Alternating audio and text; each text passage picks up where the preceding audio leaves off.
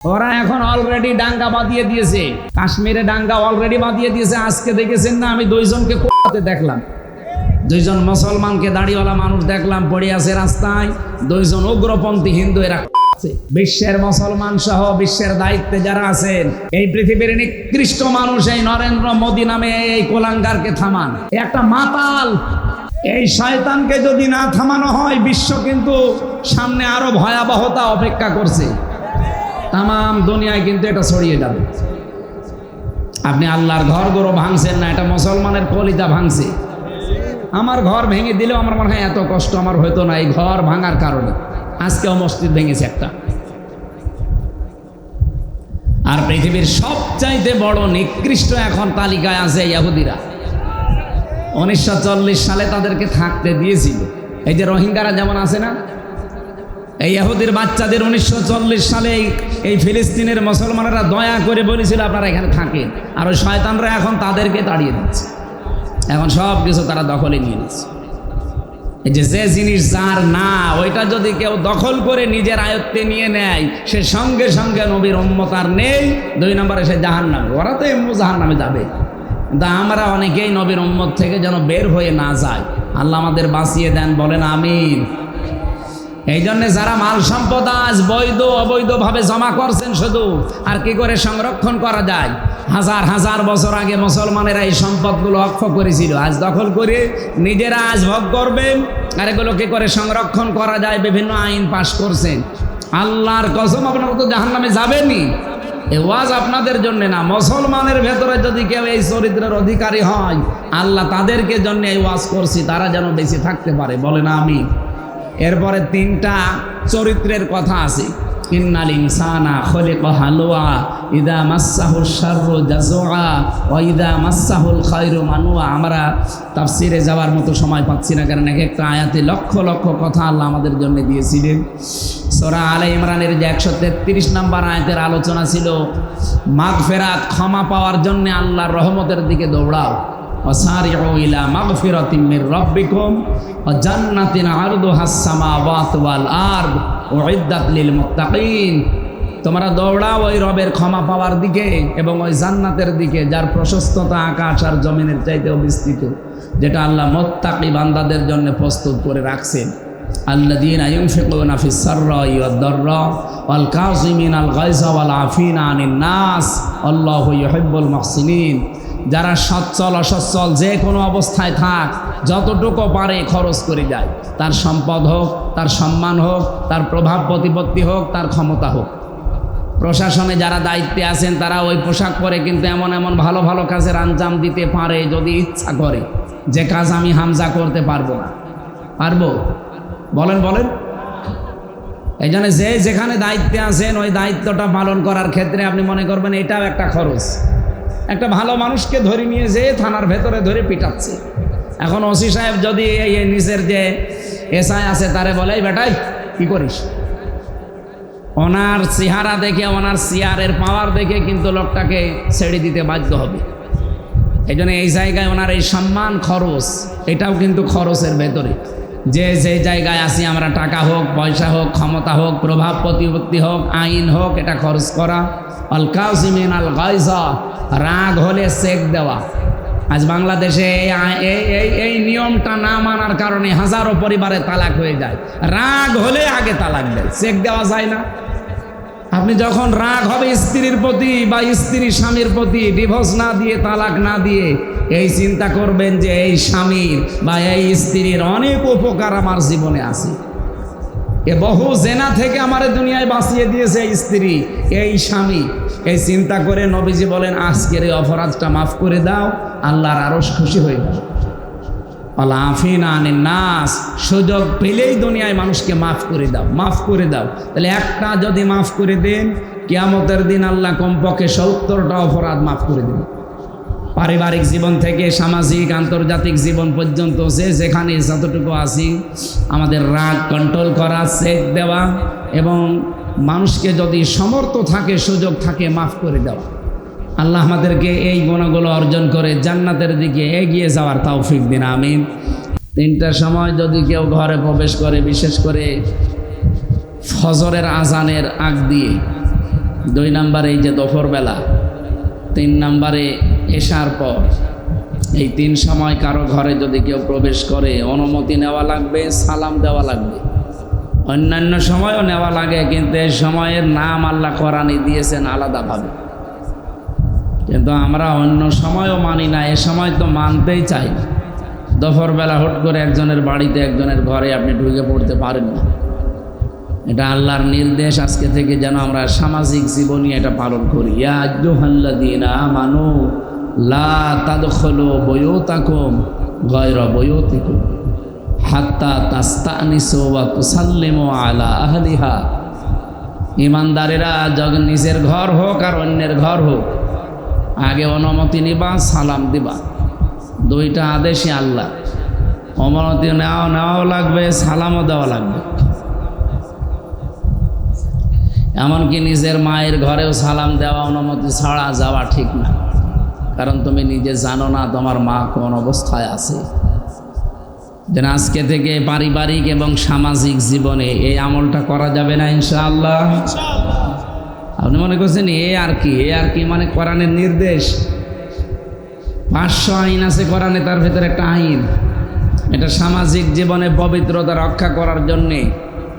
কারো বাড়ির সামনে গিয়ে যদি সালাম দেন, অনুমতি চান, উনি যদি বলে ভাই আমার মন মেজাজ ভালো নেই, আপনি বাড়ি থেকে চলে যান, অন্য সময় আসবেন, আপনি তাই চলে যাবেন। যালিকা আজকা লাহুম, এটা তোমাদের জন্য উত্তম হবে, পবিত্র পন্থা এটা। প্রশ্ন আসতে পারে, আমি সেই ঝিনাইদহ থেকে আসলাম এই শৈলকোপা এত দূর পথ মাড়ি দিয়ে, আর ওনার সাথে একটু দেখা করব, কথা বলবো, ওনার এত অহংকার।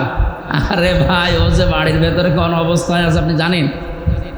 ওর পারিবারিক অশান্তি থাকতে পারে, ওর ছেলে মেয়ের অশান্তি থাকতে পারে, ওর স্ত্রীর অশান্তি থাকতে পারে, জমি জায়গা নিয়ে ঝামেলা থাকতে পারে। কি কথা বুঝতেছে? আল্লাহ তার এমনি কোনো কথা বলেননি, অবশ্যই কোনো কারণ আছে এর ভেতরে। সুতরাং আমরা যদি অনুমতি না পাই, সালাম দেওয়ার পরে যদি বলে ভাই এখন আমার ভালো নেই, ঝামেলায় আছে, আপনি অন্য সময় আসেন, আপনি একেবারে নিরাপদে চলে যাবেন, কোনো প্রশ্নও করবেন না। এমনকি আয়াতে আছে মানুষের মনের ভেতরে যেন খারাপ ধারণাও না আসে। আমরা কিন্তু অনেক কিছু ধারণা করে ফেলে, ওনার মোট বেড়ে গেছে, ওনার দাম এখন আর আগের মতো নেই, উনি যে ঝামেলায় আছে ওটা আপনার মাথার উপর দিলে আপনি দেবী জিতে। সুতরাং আল্লাহ কোনো কথা বললে কি আন্দাজে বলে আমাদের মতো? এই কথাটা মানা লাগবে আজকে থেকেই পারিবারিক এবং সামাজিক জীবনে। শুধুমাত্র অনুমতি নেওয়ার দরকার নেই নিজের স্ত্রীর ঘরে গেলে। কথা বুঝতেছে? কেউ যদি নিজের স্ত্রীর ঘরে যায়, ওখানে অনুমতি নেওয়ার দরকার নেই, সালাম দেওয়া লাগবে। সালাম দেওয়া মাস্ট বি, এটা লাগবে। আমাদের বিশেষ করে বাংলাদেশের মানুষের যে স্বভাব চরিত্র, আপনি আজকে যদি এই সুন্নত যে পালন করেন আসসালামু আলাইকুম, অনেক মহিলা আছে বলবে তোমার কি জিনে ধরেছে না ভূতে ধরেছে? গতকালকেই তো তুমি যৌতুকে টাকা চাচ্ছিলে, আজকে সালাম দাও মানে? মনে হয় এর ভেতরে কোনো কিন্তু আছে না। ওই রকম মানুষ হলে তো বলবেই আপনি যৌতুকে টাকা চেয়েছেন 2 দিন আগে, আর এখন সালাম দিচ্ছেন মানে? সুতরাং যারা চাই না এগুলো, এরকম বদ অভ্যাস যাদের নেই, তারা যেহেতু আমল অনেকে আমরা করি, অনেকে এখনো করা আরম্ভ করিনি, আজকে থেকে আমলটা আরম্ভ করবে। কোনো অবাধ্য মানুষকেও যদি কেউ দিন রাত 24 ঘন্টায় 25 বার সালাম দেয়, সে বাধ্য হয়ে যাবে। এমনকি নিজের কোনো সন্তান অবাধ্য, পরে যদি আপনি 25 বার সালাম দেন দিন রাতের ভেতরে, দেখা হলেই তাকে আল্লাহ বাধ্য করে দেবে। এত বড় পাওয়ারের ভেতরে আছে।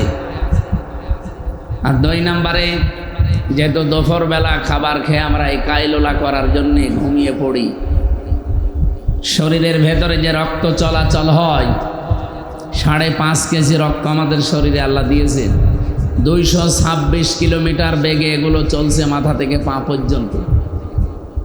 দুপুরবেলা এই খাবারের পরে ঘুমানো, শব্দ তো ছোট, কিন্তু বিজ্ঞান এখন গবেষণা চালিয়েছে, রাতের বেলা সকালবেলা খাবার খেয়ে তো সঙ্গে সঙ্গে ঘুমানোর নিয়ম নেই, আছে? নেই। আরও খাবার খেয়ে আপনি 10-15 মিনিট হাঁটবেন, খাবার যেন হজম হয়। আর দুপুরবেলা হাঁটানা আগে আপনি 10-15 মিনিট কাঁইত হয়ে নেন, এরপরে কাজকর্মে যান। এর ভেতরে বিজ্ঞান এবং নবীজির কথা দুইটাই আমরা পেয়েছি। এই জন্য আমলটা সব বাদ দিয়ে অন্তত আমরা যারা এখানে এসে বসে আছি কোরআনের একটা আয়াত বোঝার জন্য, সূরা আলে ইমরান 133 নম্বর আয়াত আমরা তাফসীর আকারে কথা বলবো ইনশাআল্লাহ। স্থান কাল পাত্র ভেদে যেহেতু কথা বলা লাগে, এই জন্য আল্লাহর প্রশংসা আদায় করে নিচ্ছি, যেহেতু একটা ভালো কাজ। এইটা কোরআনে কারীম জানিয়েছে, লাইন শাকারতুম লাযিদান্নাকুম ওয়া লাইন কাফারতুম ইন্না আযাবি লাশাদীদ। সূরা ইব্রাহিমের 9 নম্বর আয়াতে 7 নম্বর আয়াতে আল্লাহ জানিয়েছেন, কেউ যদি আমার নিয়ামতের শুকরিয়া আদায় করে মাস্ট বি, ওটা আমি দুনিয়াতে তার জীবনে বাড়িয়ে দেব। আল্লাহ এমনিতে নরমাল শব্দ বলতে পারতেন, লাযিদান্নাকুম দিয়েছেন, লামে তাকিদ নুনে সাকিলা। আয়াতটা নিয়ে চিন্তা করলাম, কেন আল্লাহ এত গ্যারান্টি দিলেন কেন? তাফসীর পড়তে গিয়ে আমি দেখেছি, কেউ যদি কোনো নিয়ামতের শুকরিয়া আদায় করতে চায় কমপক্ষে তাকে 3টা শর্ত মানা লাগবে। কয়টা? আপনি জানেন? একটাও জানেন? এখানে যারা আছে মনে হয় আলেম বাদ দিয়ে অনেকে জানিনি না যে শুকরিয়া আদায় করা লাগে কি করে। আমরা ওই যে একটা কমন কথা পেয়েছি, রুটি পর্যন্ত খেয়ে একটা ঢেকর তুলি বলবো যে আলহামদুলিল্লাহ, হয়ে গেল নাকি? এটা একটা বাক্য। শুকরিয়া আদায় করতে হলে কমপক্ষে 3টা শর্ত মানলে ওই নিয়ামতটা আল্লাহ আবার আপনার জীবনে ফিরিয়ে দেয়। আর যদি ওই 3টা শর্ত কেউ না মানে, ওর জীবনে আল্লাহ ওটা ফিরিয়ে দেবে না, কঠিন আযাবের ভেতরে ফেলে দেবে। আসেন তো আমাদের যে নিয়ামত আজকে, যেহেতু এটা নিয়ামতই চলছে, কারণ এখানে আসা বসা শ্বাস প্রশ্বাসে নিঃশ্বাসে নেকি হচ্ছে। অন্তত নেকি যদি নাও হয়, এই 1-1.5 ঘন্টা কোনো গোনা হচ্ছে না, হচ্ছে? বলেন। আর মাস্ট বি আমাদের নেকি হবে। যেটা নেকির সুসংবাদ যিনি নিয়ে এসেছেন তিনি জানিয়েছেন, আফদালুল ইবাদাতি তিলাওয়াতুল কোরআন। পৃথিবীর সবচাইতে উত্তম ইবাদত নফলের ভেতরে কোরআনের তিলাওয়াত, যেটা এখন হচ্ছে। আমরা হয় কোরআন পড়ছি, নাই ব্যাখ্যা করছি, নাই বিশ্লেষণে যাব, অবশ্যই সবগুলো কোরআন কেন্দ্রিক। এই জন্য যতক্ষণ আছি, যেই কয়টা অক্ষর শুনবেন প্রতিটি অক্ষরে কিছু না হলেও 10টা সওয়াব হচ্ছে। এটা যে একটা নিয়ামত জীবনে, এটা আমরা কি মানি? হ্যাঁ, হয়তো এখন ধর্মচক্ষে কিছু দেখা যাচ্ছে না, এই জন্য আমাদের কাছে কিছু মনেও হচ্ছে না। এখন যদি চোখ আপনার বন্ধ হয়ে যায়, মাটির নিচে রাখার সঙ্গে সঙ্গে ফেরেশতারা যখন নেকির কথা জিজ্ঞাসা করবে ওই 3টা প্রশ্নের মাধ্যমে, তখন আপনি টের পাবেন যে নেকি কি জিনিস। কারো চোখ বন্ধ হওয়ার পরে কোনো নেকির কাজ আর আঞ্জাম দেওয়া যাবে না, সব বন্ধ। ওয়াবুদ রাব্বাকা হাত্তা ইয়াতিয়াকাল ইয়াকিন, ইবাদত ওই পর্যন্ত করা যায় যতক্ষণ মরণ না আসে। সুতরাং মরণের পরে যেহেতু সব বন্ধ, এর আগে যা করা লাগবে। আর সেই সময়টাই আমাদের এখন। ওই সময় নেকির মূল্যটা, মর্যাদাটা যেহেতু বোঝা যাবে, এক একটা মর্যাদা কত বেশি। নবীজি বলেন, ময়দানে মাহশারে এমন কঠিন অবস্থা তৈরি হবে, মানুষ মাত্র একটা সওয়াবের জন্য জাহান্নামী হয়ে যাচ্ছে। আল্লাহ তাকে সুযোগ দিয়ে বলবেন, পৃথিবীর আপনজনদের কাছে যাও। লোকটা তখন হয়তো চিন্তা করবে যে আমার সবচাইতে আপন আমার মা, আমার বাবা, এদের কাছে একটু যাই। মায়ের কাছে যাবার সঙ্গে সঙ্গে মা 500 বছর পর্যন্ত দেখবে পড়ে আছে, ওর পা ধরে, মায়ের পা ধরে 500 বছর পরে শেষ পর্যন্ত মা ওর মুখে লাথি দিয়ে বলবে, দুনিয়ায় আমার বিয়ে হয়নি, ছেলে মেয়ে পাবো কোথায়? এটাকে আমি ইয়ার্কি মারছি? বলেন, এটা বাস্তব। এটা যে হবে আল্লাহ 1500 বছর আগে কোরআনে জানিয়ে দিয়েছেন। ইয়াউমা ইয়াফিরুল মারউ মিন আখিহি ওয়া উম্মিহি ওয়া আবিহি ওয়া সাহিবাতিহি ওয়া বানিহি ইলা আখিরি আয়াত। আল্লাহ বলেন, প্রথমে মানুষ থেকে পালাবে তার ভাই, তার মা, তার বাবা, এখানে 7 প্রকার মানুষের নাম পেয়েছি আমি। প্রথমে ভাই, আমি চিন্তা করলাম আয়াতটা নিয়ে, আল্লাহ দুনিয়ায় আপনজন তো মানুষের কাছে সবচাইতে বেশি ভাই না, আপনজনকে মা। বলেন বলেন, তাহলে কোরআনে আল্লাহ প্রথমে মায়ের নাম না দিয়ে ভাইয়ের নাম দিল কেন? এই আয়াতটা ভুল। এই না মানে আমরা চর্ম চোখে দেখতে পাই পৃথিবীতে সবচাইতে বেশি আপন আমাদের জন্য ভাই না মা। তাহলে আল্লাহর কথা ভুল হয়ে যাচ্ছে না? আল্লাহ প্রথমে মায়ের নাম না দিয়ে ভাইয়ের নাম দিলেন কেন? ইয়াউমা ইয়াফিরুল মারউ মিন আখিহি, তোমার ভাই আগে পালাবে। এর দ্বিতীয় নম্বরে আল্লাহ দিয়েছেন তোমাদের মা পালাবে, বাবা পালাবে। তারপরে স্ত্রীর নাম আছে, সন্তানের নাম আছে, বন্ধুর নাম আছে। এরপরে পৃথিবীর আস্তে আস্তে দূরের লোক। আমি তাফসিরে 7 প্রকার মানুষের নাম এখানে পেয়েছি। ও ঝিনাইদহবাসী, একটু খেয়াল করে শোনেন। ভাইয়ের নাম প্রথমে দেওয়ার পেছনে কারণ হচ্ছে আমরা দেখি দুনিয়াতে আমরা যদি কোনো গন্ডগোল মারামারি ফ্যাসাদ করি, দোষ আমার নিজের। এই যে পেছনে প্রশাসন বসে আছে, ওনাদের কাছে আমরা বিচার দিলাম, মামলা দিলাম, দোষ আমার নিজের। মারামারি করেছি আমি নিজে ইচ্ছা করে, মাথা ফাটিয়ে দিয়েছি একজনের। বাড়িতে যাবার পরে মা বাবা শুনলে আমাকে মারতে যাবে, রাগ করবে। আর এমন এমন গোয়ার ভাই আছে, ভাই বলবে কি হয়েছে চল আমি দেখছি, অথচ কিন্তু জানে যে দোষ আমার। আমার দোষ জানার পরও আমার পক্ষ নিয়ে বিপরীতে যারা আছে তাদেরকে মারার জন্য, তাদের ক্ষতি করার জন্য সে উদ্যত হবে। আল্লাহ জানে প্রথমে ভাইয়ের নামটা দিয়েছেন এই কারণে। মনে মনে করতো যে দুনিয়ায় আমি অন্যায় করলেও ভাই আমার সাপোর্টে থাকতো, আমার পেছনে থাকতো, আমার সাথে থাকতো। আজকেও মনে হয় আমার সাথে থাকবে। এই জন্য আল্লাহ প্রথমে ভাইয়ের নাম দিয়ে জানাতে চেয়েছেন বান্দা এই ভাই কিন্তু আগে পালাবে। কি করে পালাবে আল্লাহ ধরনও দিয়েছেন। আল্লাহ বলেন এফিররো। এফিররো মানে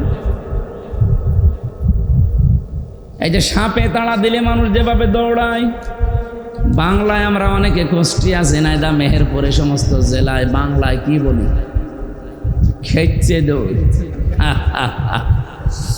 যদিও শব্দটা একটু ঝামেলা, কি বলে বলেন তো? বলে খেচ্ছে দৌড় দিয়েছি। আরবি শব্দের অর্থটা বাংলায় এটাই দাঁড়ায়। এফিররো মানে এরকম মাজা তুলে দৌড় দেওয়া। যেমন বাঘে তাড়া দিলে মানুষ দৌড়ায়, সাপে তাড়া দিলে দৌড়ায়, এমনকি পুলিশের তাড়া দিলেও দৌড়ায়। দৌড়ায় না? পুলিশের তাড়াও ধরতে পারেন, এর নাম আরবিতে এফিররো হবে। এত জোরে দৌড়াবে ওর পিছ পাওয়া যাবে না। এরপরে মা বাবা, স্ত্রী, সন্তান, বন্ধু, দুনিয়ার নেতা খেতা যারা আছে তাদের। আল্লাহ পাক বলেন এই 7 প্রকার মানুষে যদি তোর বিপদ দেখলে দৌড়ায়, কি মনে হয় বান্দা তুই বল তোর কাছে আর কত আপনজন আছে যে তারা তোর সামনে এসে দাঁড়াবে? আমাদের একটা ভ্রান্ত ধারণা আছে যে আমার কোনো চিন্তা নেই, যে আমার বাবা আছে, এরকম একটা বাবা থাকলে আমার সব যথেষ্ট। কিয়ামতে নাকি বাবা আমার সামনে আসবে। কে বলেছে আপনাকে?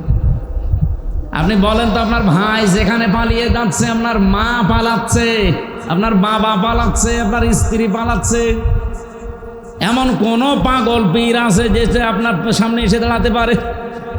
ও তো বলবে যে আল্লাহ আমি পীরই ছিলাম না।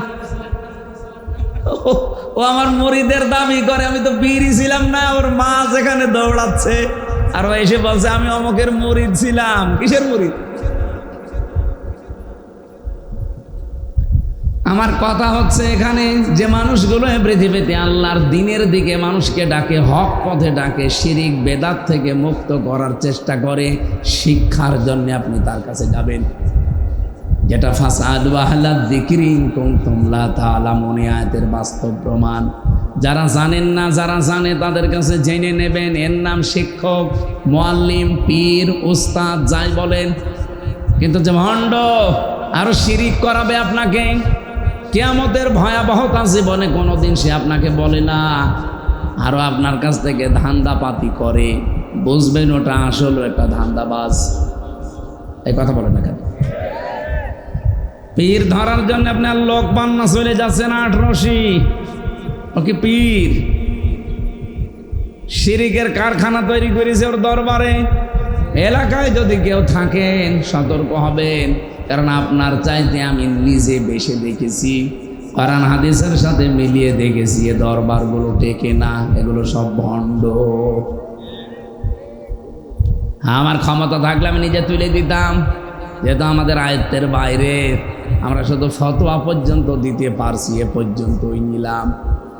আর যদি সত্যি আমাদের পেছনে ব্যাকআপ থাকতো, আইন প্রয়োগ করার ক্ষমতা যদি আল্লাহ আমাদেরকে দিয়ে দিত এই দেশে যত অবৈধ ব্যবসা চলছে পীরের নামে সবগুলো চালিয়ে দিতাম।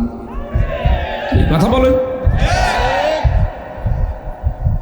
আমি জেলে যাওয়ার আগে 20 সালে একবার একটা ফতোয়া দিয়েছিলাম আমার গ্রামে কুষ্টিয়ায়, জেনার ফতোয়া।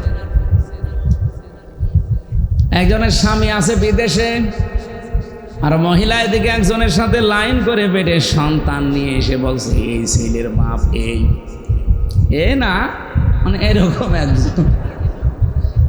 এখন আমার কাছে বলছে কি করবো, ফতোয়া দেন। আরে ভাই আমার নামে তো মুফতি লিখে দিয়েছেন, এমনি তো না, সার্টিফিকেট আছে। এখন ওনার ফতোয়া অনুযায়ী জেনার যে শাস্তি, বললাম যে এইটা যদি বিবাহিত মানুষেরা জেনা করে, যদি সাক্ষ্য প্রমাণে ধরা পড়ে যায়, তাহলে বুক পর্যন্ত মাটির ভেতরে পুঁতে ফেলবেন, আর ওপর থেকে আপনি পাথর বা ইট দিয়ে মেরে দুনিয়া থেকে বিদায় করবেন। এর নাম সঙ্গে সার। কি বলে? এখন ফতোয়া পর্যন্ত শেষ। বলেন তো, আমি যদি এখন এটা বলার পরে গ্রামবাসী সবাই মিলে বলতো ধর এই 2 জনকে যদি মাটির ভেতরে এই পর্যন্ত গেড়ে দিয়ে ইট পাথর দিয়ে দুনিয়া থেকে সঙ্গে সার করতো, আমি বাঁচতাম? দেখা যাচ্ছে মহিলা সঙ্গে সার হওয়ার আগে আমি শেষ, আমার সঙ্গে সার আগে করতো। এই যে পুলিশ এই সেই ধরে নিয়ে যেত, যে বলতো দেশে কি কোরআনের আইন আছে, আপনি কার্যকর করতে গেলেন কোন কারণে? সঙ্গে স্যার আপনাকে করা হবে এবার, যেহেতু দেশে আসলেই তো কোরআনের আইন বাস্তবে কায়েম নেই। হ্যাঁ, আপনি ফতোয়া দিতে পারেন, এই যে আমি এখন ফতোয়া দিলাম, ওই পীরের যে আস্তানা ওইটাও কিন্তু এরকম একটা জেনার মতোই গোনা চলছে, কারণ জেনার চাইতেও মারাত্মক গোনায় শিরিক। কথা বলেন। 48,000-এর উপরে দরবার আছে এই দেশে, আপনি মেলান অধিকাংশ জায়গায় খালি শিরিক হয় আর বেদাত হয়। এর চাইতেও খারাপ কাজ হয় আমার লালনের মাজারে। ওখানে তো বাংলাদেশের একটাই মাত্র জায়গা যেখানে পুলিশ পাহারা দিয়ে গাঁজা খাওয়া। এই যে পেছনে পুলিশ আছে না, এরা আরো পাহারা দেয়, খান আমরা আছি। আমার মনে হয় পৃথিবীর যত জায়গায় আমি গেলাম, বাংলাদেশ সহ বিশ্বের বহু দেশে আমি এই ছোট বয়সে গিয়েছি, তাহলে একটাই জায়গা পৃথিবীতে পেলাম যেখানে একেবারে নিশ্চিন্তায় গাঁজা খাওয়া যায়, এমনকি জেলের ভেতরেও খাওয়া যায় না। আমি জেলে থাকাকালীন দেখেছিলাম এক লোক গাঁজার গাছ লাগিয়েছে ভেতরে। ওখানে যিনি আছে দেবদুলাল জেলার, উনি এসে ওই লোকটারে বলছে, আরে বেটা তুমি ভেতরে গাঁজার গাছ লাগালি, গাছ পেলি কোথায়? বলছে, স্যার আমি ওই যে মামলার হাজিরা দিতে গিয়েছিলাম, আসার সময় আমার তো বিভিন্ন হিতাকাঙ্ক্ষী আছে, তারা আমার ওই গাঁজার টোপলা দিয়েছিল, আমি তো সবগুলো ধরতে পারিনি, একটা ওই বীজ একটা ধরে ফেলেছি, ধরে মুখের ভেতরে নিয়েছিলাম, কারণ জেলে ঢোকানোর সময় তোমার মেশিনে তোলে, ধরা পড়ে যাব, কোনো জায়গায় নিলে ধরা পড়ে যাবো, এই জন্য মুখের ভেতরে নিয়ে দাঁতের নিচে এমনভাবে রেখেছি যে মেশিনে ধরা পড়ে। এই ভেতরে নিয়ে এসে ওই যে বোতলের মুখ কেটে ফেলে ওর ভেতরে মাটি দিয়ে আজ 2 মাস আগে এই বীজগুলো লাগিয়েছি। স্যার দেখেন কত বড় পুলিশ। জেলার হিন্দু মানুষ বলছে, বেটা তোরে তোর স্বর্গে দেওয়া লাগবে, গাঁজা খাস এই জন্য পুলিশ ধরে ধরে দিয়ে গেল এখানে, আর তুই এই ভেতরে এসে গাঁজার গাছ লাগিয়েছিস, তোরে এ দুনিয়ায় আর কোনো জায়গায় রাখলে হবে না, তো যেখানেই রাখবো সেখানে তুই গাঁজা খাবি, তোরে স্বর্গে দেওয়া লাগবে। তো হিন্দু মানুষ তো আর বেহেশত বিশ্বাস করে না, স্বর্গ। এই একটাই মাত্র জায়গা পেলাম পৃথিবীতে আমি অমুসলিম দেশেও গেছি, সিঙ্গাপুর, ওখানে 100 ভাগের 95 জন অমুসলিম বাস করে। থাইল্যান্ডে 97% অমুসলিম বাস করে।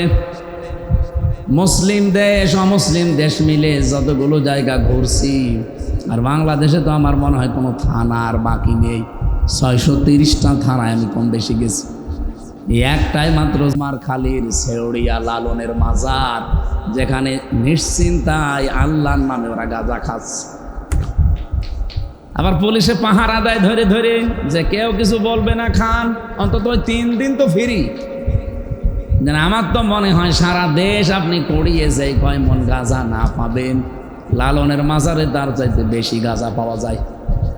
অথচ মানুষ কিন্তু ওখানে যারা বিভিন্ন ডিস্ট্রিক্ট থেকে আসে, একটারও খারাপ নিয়ত নেই।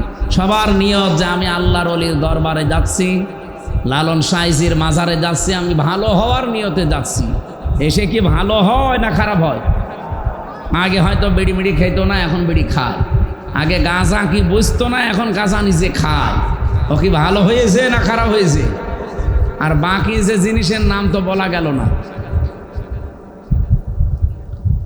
এখানে যেখানে শিরক চলে, বেদাত চলে, এই জায়গাগুলো তো জেনা করার চাইতেও খারাপ, মানুষ হত্যা করার চাইতেও এই শিরকটা খারাপ।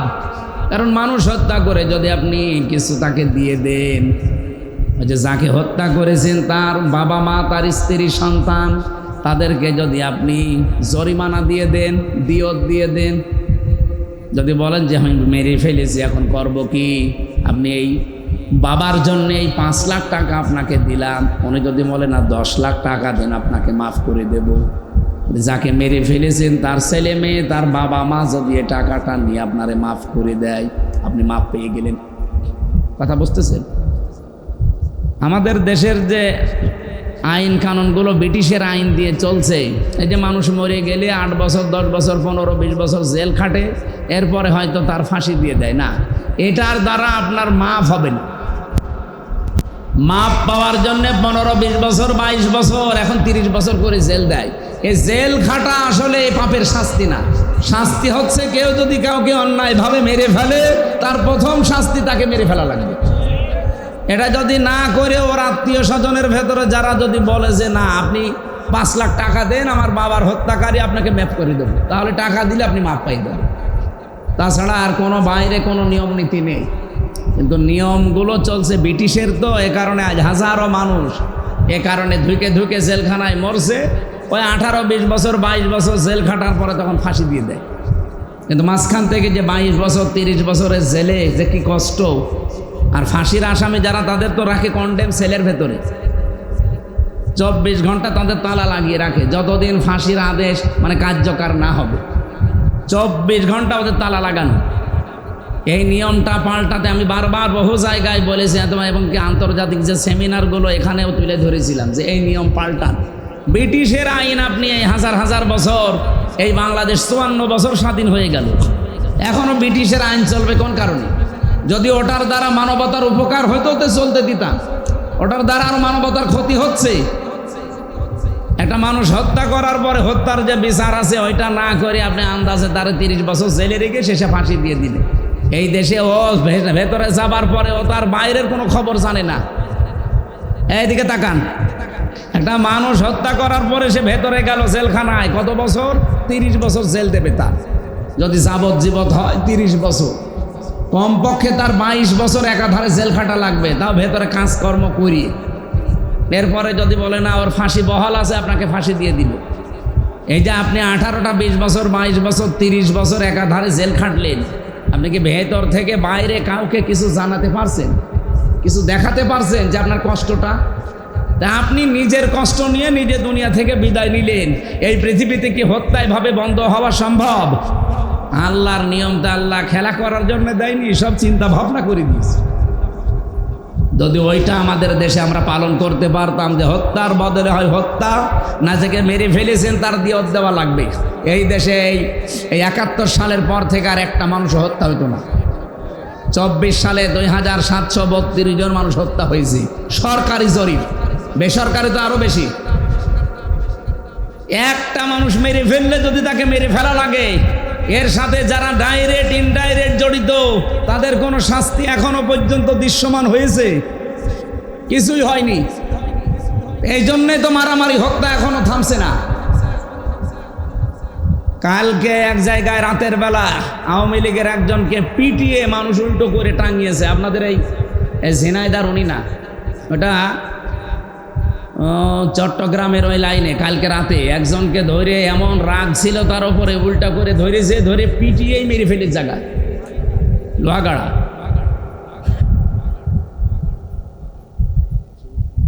এটা বন্ধ হওয়া সম্ভব না ভাই। এই জন্য এই আইনগুলো আমরা চাই তাড়াতাড়ি। আন্তর্জাতিক সেমিনারগুলো তো বিভিন্ন জায়গায় রাষ্ট্রপ্রধান তাদের কাছে নিয়ে আসা হয়, যারা দায়িত্বশীল তাদের কাছে নিয়ে আসা হয়। মালয়েশিয়া সেদিন ইন্টারন্যাশনাল ইসলামিক ইউনিভার্সিটির একটা সেমিনার ছিল। আমি 6টা পয়েন্টের ওপরে কথা বলতে গিয়ে এটা তুলে ধরেছিলাম। তখন যেহেতু রমজান মাস ছিল, রমজানের তাকওয়ার স্তরগুলো বলছিলাম 6টা। তার ভেতরে এটা একটা ছিল যে আমাদের মুসলিম বিশ্বের বিভিন্ন দেশে, প্রায় 57টা দেশ আমরা মুসলিম দেশ, এখানে এখনো পর্যন্ত ব্রিটিশ আইন, মানুষের তৈরি করা আইন চলে। এই আইন দিয়ে পৃথিবী পাল্টানো সম্ভব না। আর সাময়িক হয়তো শান্তি আসতে পারে, কিন্তু চর্মচোখে দেখে ওর ওপরে মানবতার জন্য আরও অশান্তি নেমে আসে। এই জন্য এগুলো সব আস্তে আস্তে পাল্টান। মালয়েশিয়াতে অলরেডি 2004 সাল থেকে পাল্টানো আরম্ভ হয়েছে।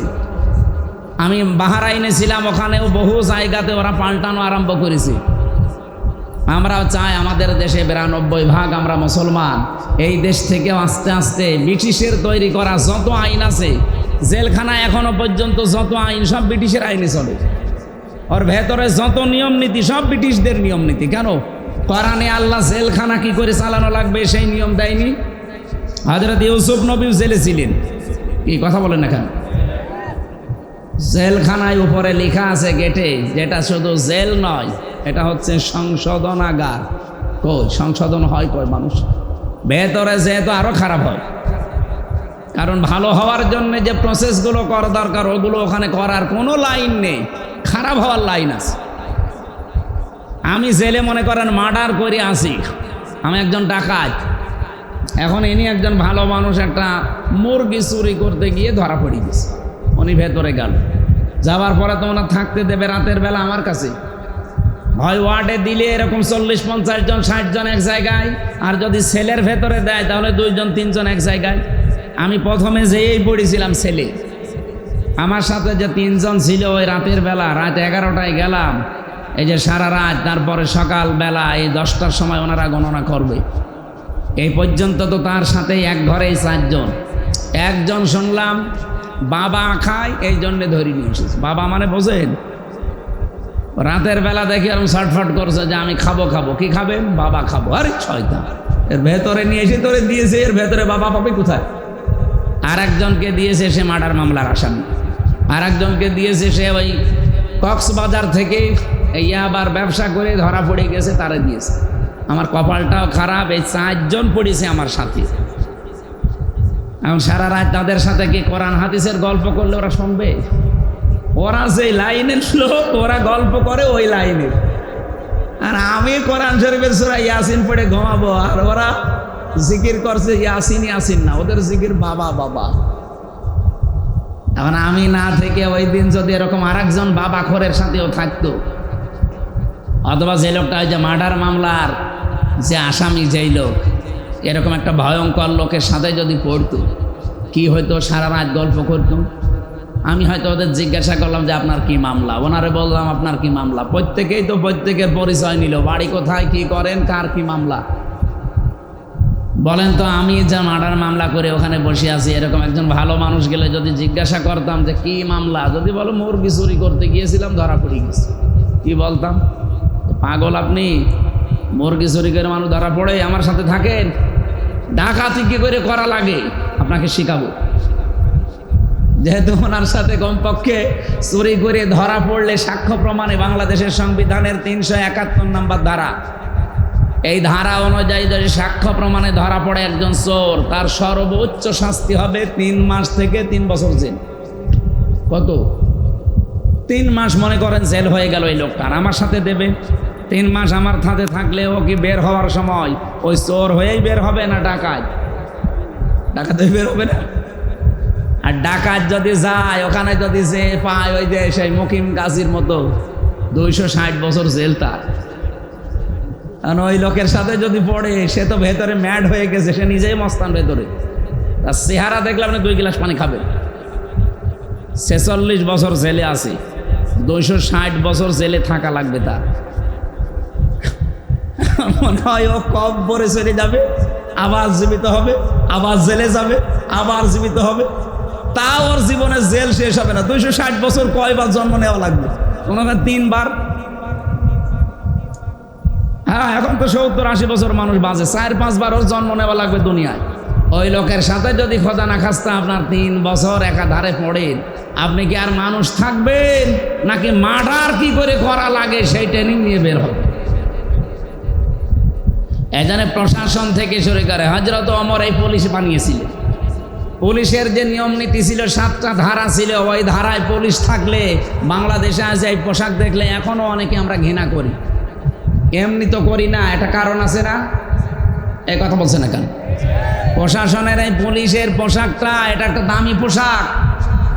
আমি যেহেতু আপনারা আছেন, মিডিয়া আছে, এটা সারা দেশে যাচ্ছে। বাংলাদেশ সহ বিশ্বের যে কোনো দেশে যারা মানুষের জান মাল ইজ্জত আবরু হেফাজতের জন্য কাজ করেন, দায়িত্বে আছেন, প্রশাসনের যে বিভাগেই হোক, নিজেকে কখনো ছোট মনে করবেন না। অনেক বড় দায়িত্বে আছেন আপনি। আর এই কাজটা শুধুমাত্র চাকরি না, এটা একটা ইবাদত। আর এর চাইতে দামি ইবাদত আমার মনে হয় এই পৃথিবীতে আর নেই। মানব সেবার মতো ইবাদত দুনিয়াতে আছে? নেই। বিশ্বনবী জানিয়েছেন 2টা চোখ কিয়ামতের দিন আল্লাহ যদি জাহান্নামে ওদেরকে দেওয়ার সিদ্ধান্ত নেয়, তাও এই 2 চোখ আল্লাহ জাহান্নামে দেবে না। 1 নম্বরে যারা রাতের বেলা নিজের গোনার কথা মনে করে কান্নাকাটি করে। 2 নম্বরে এই যে পুলিশ, যারা রাতের বেলা মানুষের জানমাল ইজ্জত আবরু পাহারা দেওয়ার জন্য রাত জেগে পাহারা দেয়। এরা দেয় না? কথা বলছে না কেন? এখান থেকে রাতের বেলা কুষ্টিয়া পর্যন্ত গেতে 2-3 জায়গায় পাহারা পাবো আমি। এই ভার্সিটির সামনে শেখপাড়া বাজারে আছে, এরপরে ওদিকে বৃত্তিপাড়া আছে, এরপর মৌসমপুর গেটে আছে। 2-3 জায়গায় পাহারা দিচ্ছে সারা রাত জেগে জেগে। এই জন্য নবীজি আন্দাজে তো বলেন না, বলেছে এই চোখ আল্লাহ জাহান্নামে দেবে না, আগুনের সাথে পোড়াবে না, কারণ এরা রাত জেগে মানুষের ইজ্জত আবরু জান মাল হেফাজতের জন্য রাত জেগে থাকে। আর যারা রাতের বেলা উঠে নিজের গোনার কথা মনে করে কান্নাকাটি করে, আল্লাহ এই 2টা চোখের ভেতরে অন্তত আমাদের এক প্রকার আছে, আমরা রাতের বেলা কাঁদতে পারবো না অপরাধের কথা স্মরণ করার। ওনারা তো একটা ইবাদতে আছে। আল্লাহ আমাদের এই ইবাদতটা কবুল করুন। পোশাকটা আজকে কালার হয়ে গেছে জনগণের সামনে কিছু কোলাঙ্গার অফিসারের কারণে। এই তাদের নির্দেশ। আর এই যে একটা অবৈধ স্বরাষ্ট্রমন্ত্রী ছিল এই বাংলাদেশে, এটা আসলেও একটা অবৈধ।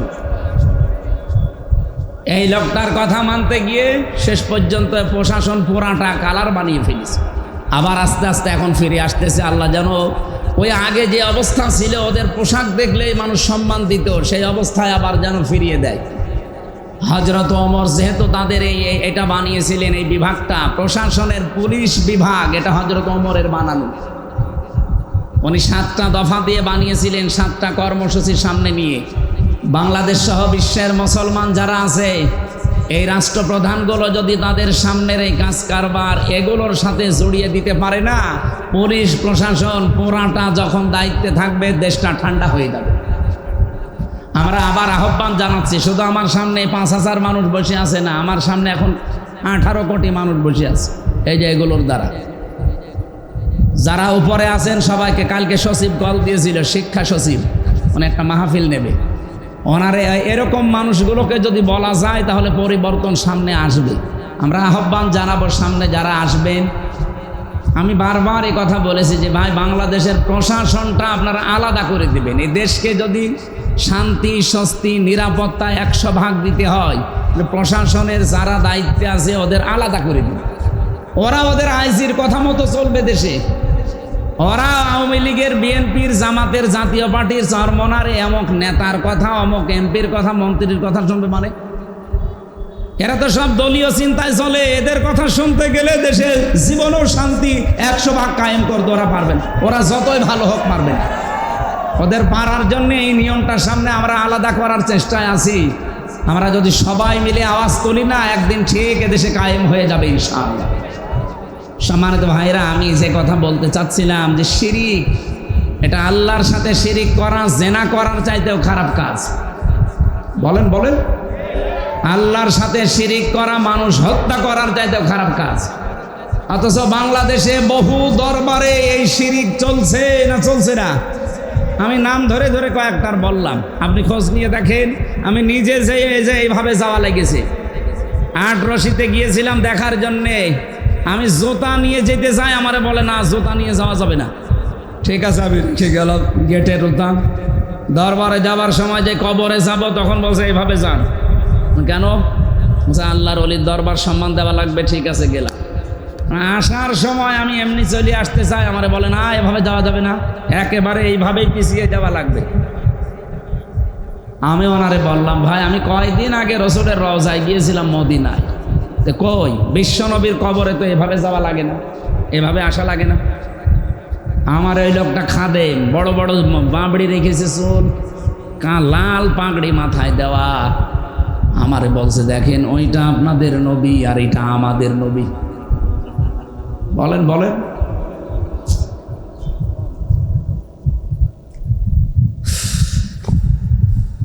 ও ঝিনাইদহ শৈলকুপার মানুষেরা যে কথা তুলেছিলাম, ওই কথাটা রিপিট করছি আবার।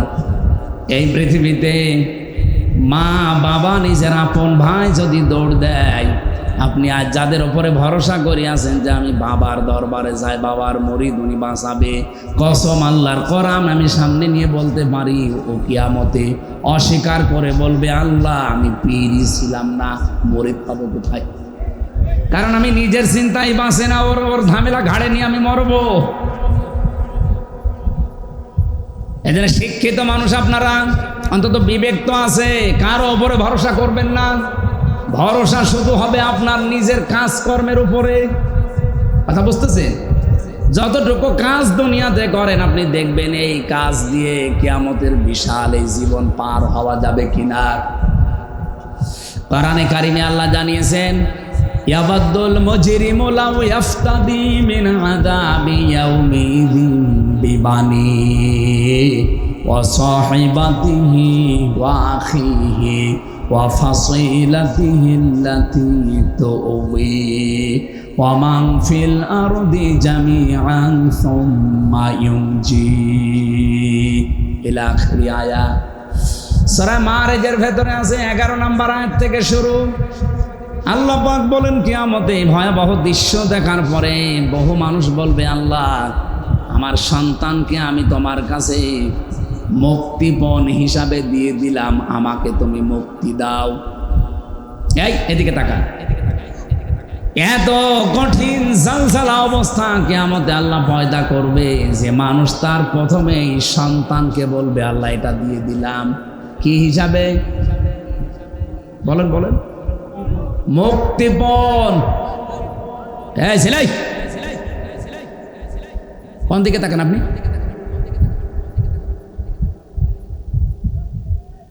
নিস্তব্ধ হয়ে শোনা যাচ্ছে না কি বলছি?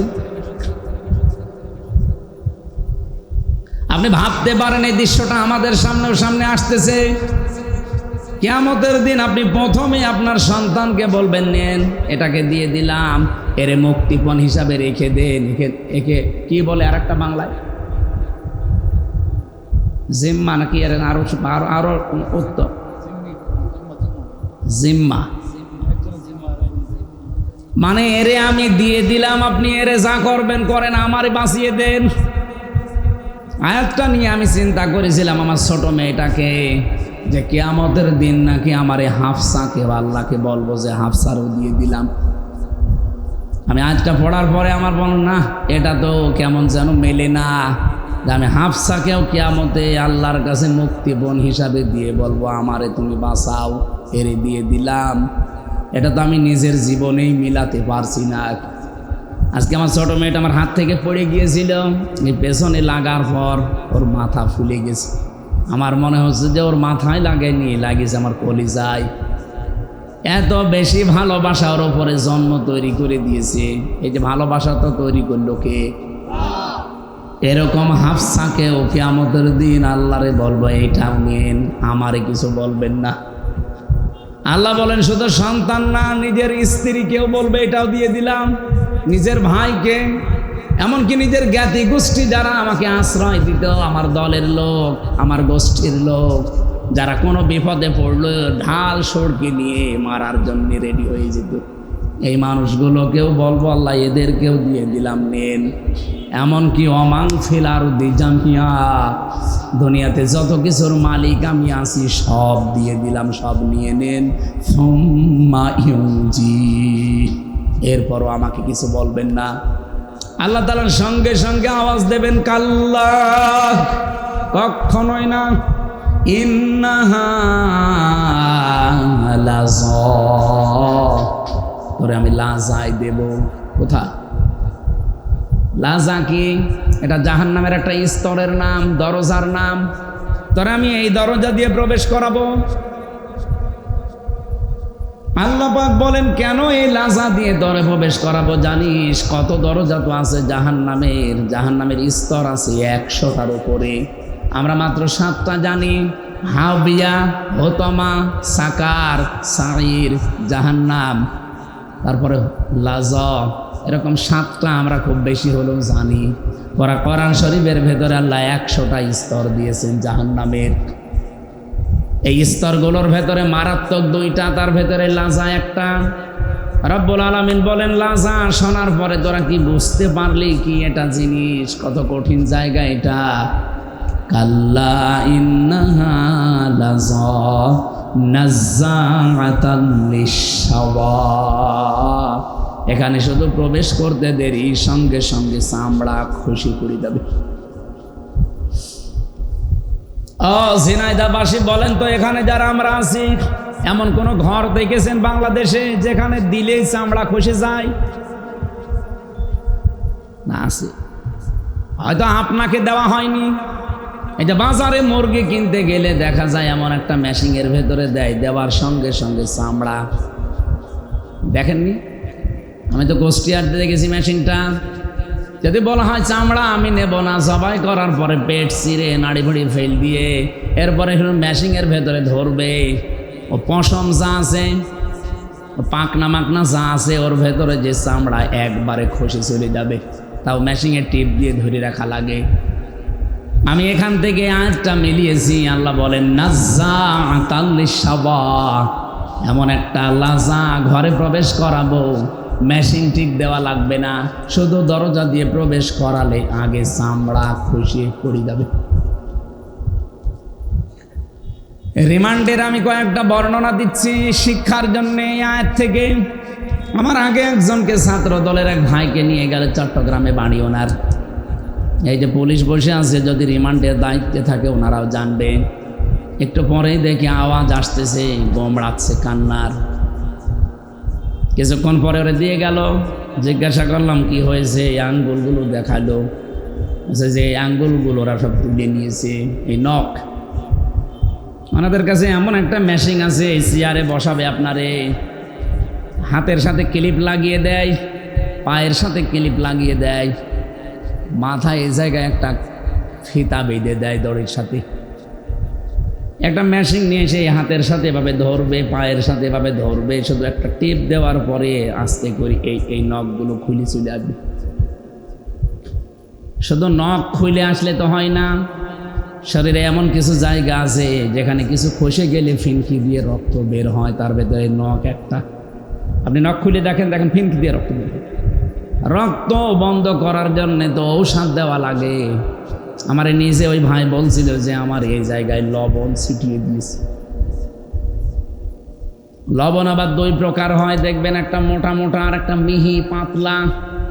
ওই মোটাটা দিলে অত জ্বলে না, কিন্তু পাতলা যেটা ওই যে মোল্লা সল্ট, দেখেছেন মোল্লা সল্ট, ওটা আপনি দিয়ে দেখেন কোনো কাঁটা জায়গায়, আর যদি রক্ত প্রবাহিত হতে থাকে কি জ্বলা যন্ত্রণা যার হয় সে ছাড়া এটা বোঝানো যাবে না। ওয়াজ করি লোকটার চিৎকার শুনে ওই দিন দেখেছিলাম যে আল্লাহ করে কি। আমার এখানে একটা চাপ দিয়েছিল সেই 21 সালের প্রথম দিকে। রিমান্ডে আমার যখন টাঙিয়েছিল উপরে, খালি একটা চাপ দিয়েছিল প্লাস দিয়ে, আমার তাও নখ তোলেনি, খালি এই চাপের কারণে জাস্ট 4.5 বছর চলছে, এখনো পর্যন্ত দাগ হয়ে আছে, এখনো মেলে না, খালি দেখতে হবে একটা আঙ্গুল। আর নাজ্জাত লিশ-শাওয়ার বর্ণনা ফি জিলালিল কোরআন লিখেছে, আমার মনে হচ্ছে এটার সাথে আমি মিলিয়ে আমার নিজের জীবন একটু ঘটিয়েছি।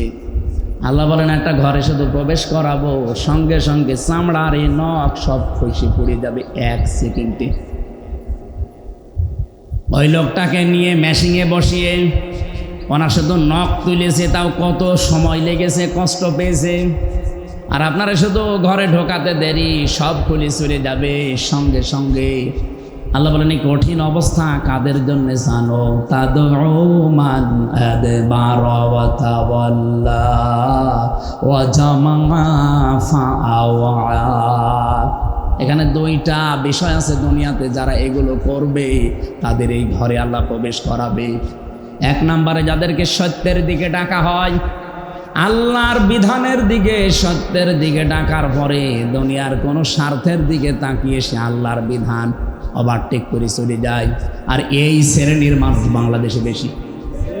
এই কথা বলছেন, তাদেরকে ডাকবে মান আদবারা ওয়া তাওয়াল্লা, যে ব্যক্তি মুখ ফিরিয়ে নেয়, অ্যাবাউট টার্ন করে চলে যায়। বাংলাদেশের মতো এত তাফসীর, এত ওয়াজ, এত নসিহত পৃথিবীর কোনো দেশে আমি পাইনি। আমি মালয়েশিয়া যে 9 দিন ছিলাম, মাত্র 4টা মাহফিল করেছি, তাও ময়দানে না, সব অডিটোরিয়ামে। তবে এত কথা বলা লাগে না, মাত্র 45 মিনিটের মতো একটা ক্লাস করা হয় একটা আয়াতের উপরে।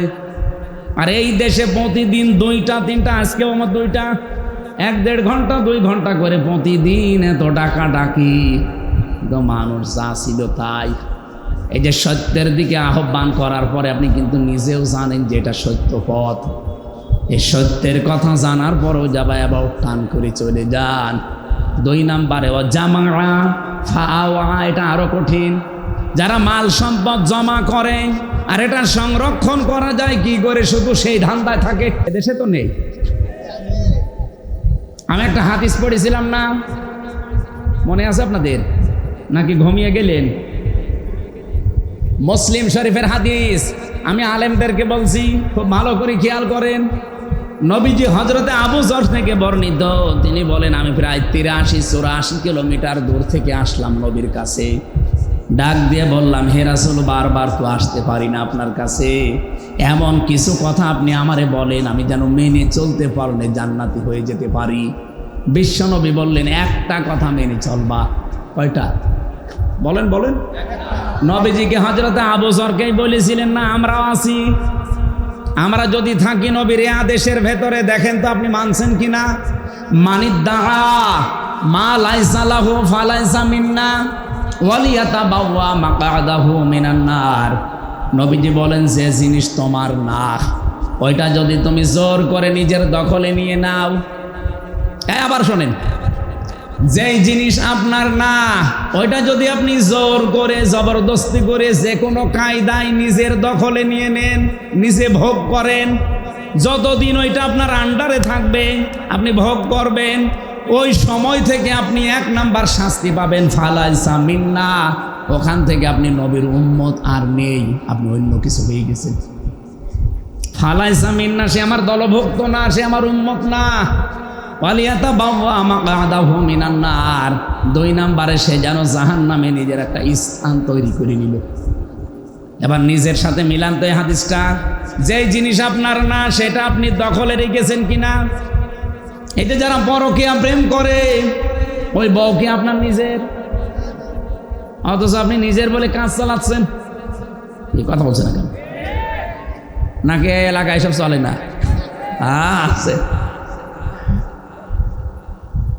যেই জিনিস আপনার দখলে থাকা বৈধ না, অন্যের বউ, অন্যের মেয়ে, অন্যের বেটার বউ আপনি নিজের দখলে নিয়ে বিভিন্ন কায়দায় আপনি কাজে লাগাচ্ছেন। আল্লাহর কসম, আপনি ওই দিন থেকে নবীর উম্মত আর নেই। এমনকি আগস্টের 5 তারিখের পর থেকে বাংলাদেশে এই 9 মাসের ভেতরে বহু মানুষ যেটা যার না, সেটা সে দখল করে নিজের আয়ত্তে নিয়ে নিয়েছে। এটা জোরে বলার দরকার, এটা দেশটা দিনকাল এখনো ভালো না, এত জোরে বললে হবে? পুলিশ আসে ধরে নিয়ে যাবে। যেই জিনিস যার না সে কিন্তু অলরেডি দখল করে নিয়েছে আগস্টের 5 তারিখের পরে অনেক কিছু। নাকি আমি বেশি বলে ফেললাম? কারা কারা এগুলো করেন হাত তোলেন তো। এখানে এসব নেই, আর এগুলো যারা করে তারা এখানে আসে না। না, এরকম মানুষ যদি কেউ থাকে আর আপনি যদি তার সাপোর্টও করেন, তাকে ভালোবাসেন, সমর্থন জানান, আপনিও কিন্তু ওই অন্যায়কারীর পক্ষ নেওয়ার কারণে নবীর উম্মত আর নেই। কারণ যে লোকটা অন্যায় করে আর যে অন্যায়ের সাপোর্ট করে, দুইজনের সমান অপরাধী। আমি কি বেশি বলে ফেললাম? নাকি এরকম মানুষ নেই দেশে? তাই আগস্টের 5 তারিখের পর আমরা এসব দেখছি কেন? হ্যাঁ, এখানে হাদিসের টিকায়ের একটা কথা লেখা আছে, আমি এই আলেমদের জন্য বলছি। এদিকে তাকান। আপনি যদি আপনার কোনো জিনিস হারিয়ে ফেলেছেন বা দখলের বাইরে চলে গেছে, কেউ নিয়েছিল, ওইটা যদি এখন আপনি ওইটা ফেরত পান, নিয়ে নেন নিজের দখলে, তাহলে আপনি এই শাস্তির বাইরে থাকবেন। আমি কথা বোঝাতে পারিনি? না, আপনি এখনো বোঝেন।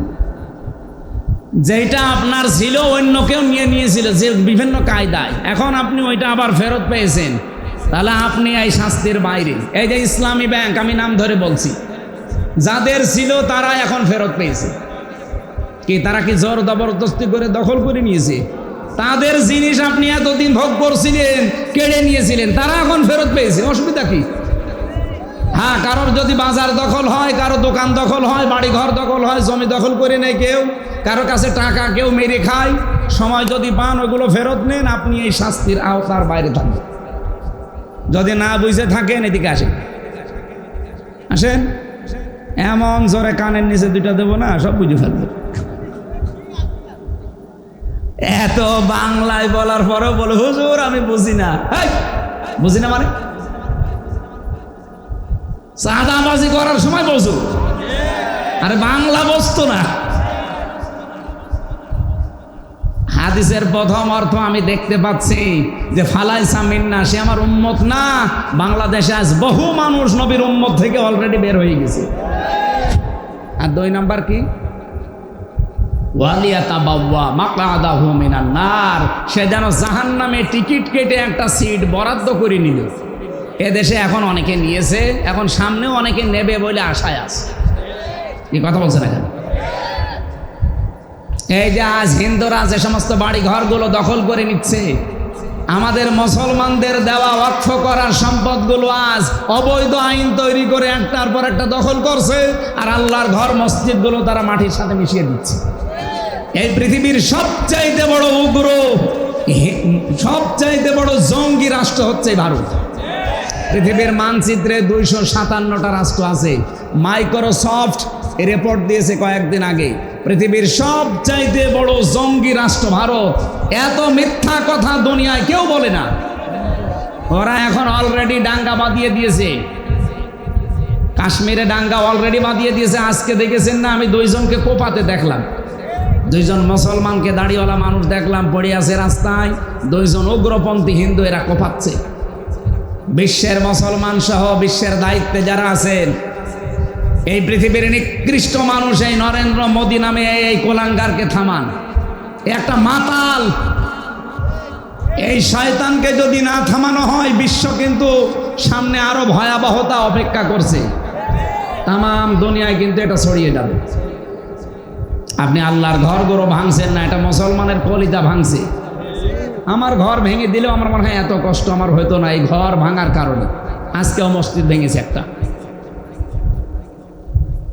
আর পৃথিবীর সবচাইতে বড় নিকৃষ্ট এখন তালিকায় আছে ইহুদিরা। 1940 সালে তাদেরকে থাকতে দিয়েছিল। এই যে রোহিঙ্গারা যেমন আছে না, এই ইহুদির বাচ্চাদের 1940 সালে এই ফিলিস্তিনের মুসলমানেরা দয়া করে বলেছিল আপনারা এখানে থাকেন, আর ওই শয়তানরা এখন তাদেরকে তাড়িয়ে দিচ্ছে। এখন সব কিছু তারা দখলে নিয়ে নিচ্ছে। এই যে জিনিস যার না, ওইটা যদি কেউ দখল করে নিজের আয়ত্তে নিয়ে নেয়, সে সঙ্গে সঙ্গে নবীর উম্মত আর নেই। 2 নম্বরে সে জাহান্নামে। ওরা তো এমনি জাহান্নামে যাবে, কিন্তু আমরা অনেকেই নবীর উম্মত থেকে যেন বের হয়ে না যায়। আল্লাহ আমাদের বাঁচিয়ে দেন, বলেন আমিন। এই জন্য যারা মাল সম্পদ আজ বৈধ অবৈধভাবে জমা করছেন শুধু, আর কি করে সংরক্ষণ করা যায়, হাজার হাজার বছর আগে মুসলমানেরা এই সম্পদগুলো অক্ষ করেছিল, আজ দখল করে নিজেরা আজ ভোগ করবেন।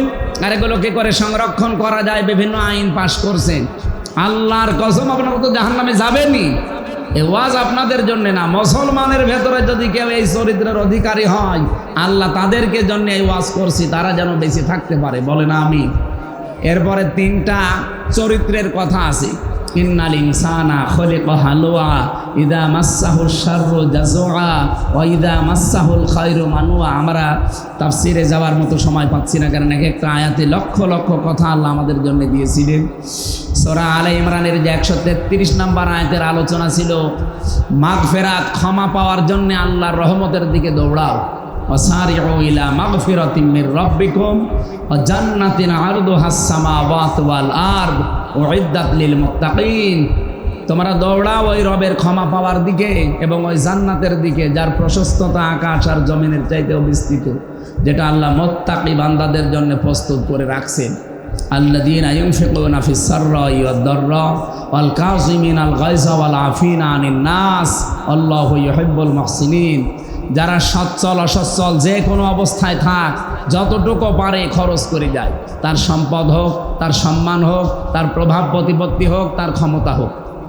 প্রশাসনে যারা দায়িত্বে আছেন তারা ওই পোশাক পরে কিন্তু এমন এমন ভালো ভালো কাজের আঞ্জাম দিতে পারে যদি ইচ্ছা করে, যে কাজ আমি হামজা করতে পারবো না। পারবো? বলেন বলেন। এই জন্য যে যেখানে দায়িত্বে আছেন ওই দায়িত্বটা পালন করার ক্ষেত্রে আপনি মনে করবেন এটাও একটা খরচ। একটা ভালো মানুষকে ধরে নিয়ে যেয়ে থানার ভেতরে ধরে পিটাচ্ছে। এখন ওসি সাহেব যদি এই নিচের যে এসআই আছে তারে বলে, এই বেটাই কি করিস, ওনার চেহারা দেখে, ওনার চেয়ারের পাওয়ার দেখে কিন্তু লোকটাকে ছেড়ে দিতে বাধ্য হবে। এই জন্য এই জায়গায় ওনার এই সম্মান খরচ, এটাও কিন্তু খরচের ভেতরে। যে যে জায়গায় আসি আমরা, টাকা হোক, পয়সা হোক, ক্ষমতা হোক, প্রভাব প্রতিপত্তি হোক, আইন হোক, এটা খরচ করা। আল কাযিমিনাল গায়যা, রাগ হলে চেক দেওয়া। আজ বাংলাদেশে এই নিয়মটা না মানার কারণে হাজারো পরিবারে তালাক হয়ে যায়। রাগ হলে আগে তালাক দেয়, চেক দেওয়া যায় না। আপনি যখন রাগ হবে স্ত্রীর প্রতি বা স্ত্রী স্বামীর প্রতি, ডিভোর্স না দিয়ে, তালাক না দিয়ে, এই চিন্তা করবেন যে এই স্বামীর বা এই স্ত্রীর অনেক উপকার আমার জীবনে আছে। এ বহু জেনা থেকে আমার দুনিয়ায় বাঁচিয়ে দিয়েছে এই স্ত্রী, এই স্বামী। এই চিন্তা করে নবীজি বলেন, আজকের এই অপরাধটা মাফ করে দাও, আল্লাহর আরশ খুশি হয়ে যাবে। আল্লাহ আফিনা আনিন নাস, সুযোগ পেলেই দুনিয়ায় মানুষকে মাফ করে দাও, মাফ করে দাও। তাহলে একটা যদি মাফ করে দেন, কিয়ামতের দিন আল্লাহ কমপক্ষে 70টা অপরাধ মাফ করে দেন। পারিবারিক জীবন থেকে সামাজিক আন্তর্জাতিক জীবন পর্যন্ত যে যেখানে যতটুকু আছি, আমাদের রাগ কন্ট্রোল করা, চেক দেওয়া এবং মানুষকে যদি সমর্থ থাকে, সুযোগ থাকে, মাফ করে দেওয়া। আল্লাহ আমাদেরকে এই গুণগুলো অর্জন করে জান্নাতের দিকে এগিয়ে যাওয়ার তৌফিক দিন, আমিন। আমি শিক্ষিত মানুষ যারা আছেন ভাইরা, আমাদের সৃষ্টি নিয়ে একটা বই লিখেছি, সৃষ্টি কীভাবে আল্লাহ বানিয়েছে সেই প্রথম থেকে। ওইটা এখানে আছে কিনা জানি না, এখানে আছে সৃষ্টি জগতের সূচনা। শিক্ষিত মানুষরা নিয়ে যেন পড়বেন, আপনার জ্ঞান বাড়বে। আল্লাহুম্মা আমিন। লা ইলাহা ইল্লা আনতা সুবহানাকা ইন্নী কুনতু মিনাজ জালিমিন। আল্লাহুম্মা গফিরলি ওয়ারহামনি ওয়াহদিনি ওয়াফিনি ওয়ারযুকনি ইয়া রাব্বাল আলামিন। আল উম্মাহ ফাউন্ডেশনের উদ্যোগে তোমার কোরআনের